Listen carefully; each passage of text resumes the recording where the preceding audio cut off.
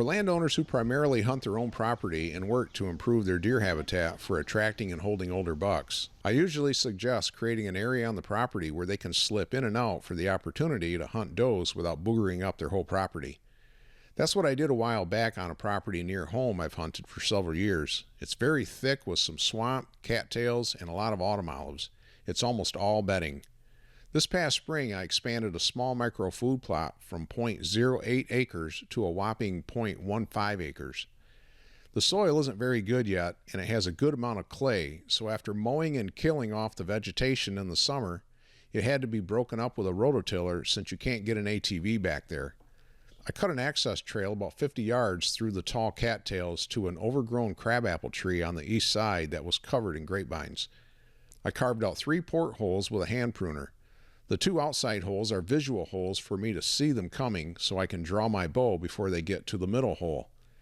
I actually placed my stool behind the trunk of the tree for more concealment because these deer are real close when they're in the food plot.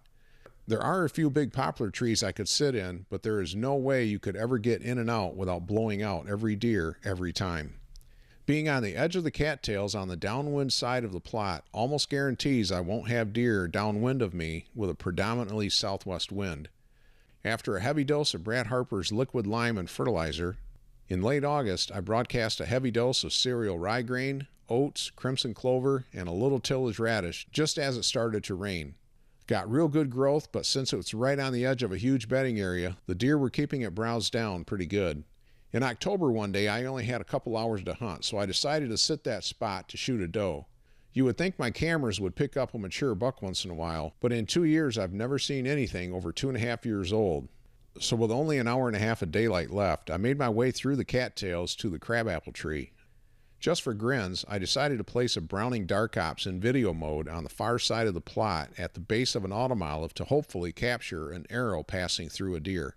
Within an hour, a lone doe came in from the far side. She stopped to sniff my camera, which I sprayed with scent killer. After feeding in my direction for a few minutes, she ended up right in front of my shooting porthole 9 yards away and looked right at me, standing there at full draw with my leafy ASAC camo jacket and hood. The 200 grain broadhead deflected off the shoulder and went up into the spine, which literally pushed and rolled her right over.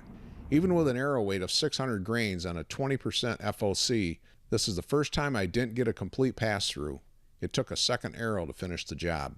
With a few days left in October and into early November, I'll be moving off the food plots and getting into the cover near pinch points and funnels to catch mature bucks cruising midday for receptive does. Good hunting out there, and we'll see you on the next video.